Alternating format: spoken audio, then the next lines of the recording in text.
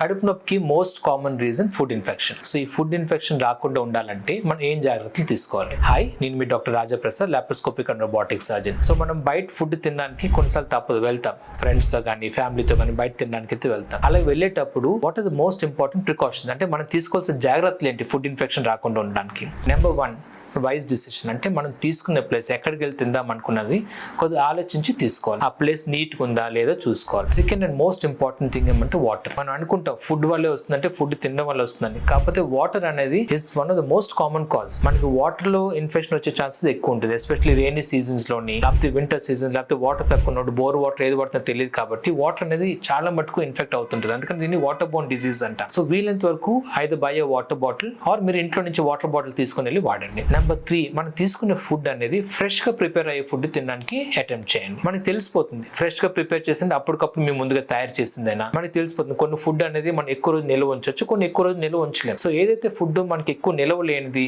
అప్పటికప్పుడు తయారు చేసిందో అది మనం చూస్ చేసుకుంటే మనకి ఫుడ్ ఇన్ఫెక్షన్ వచ్చే ఛాన్సెస్ తగ్గుతుంది.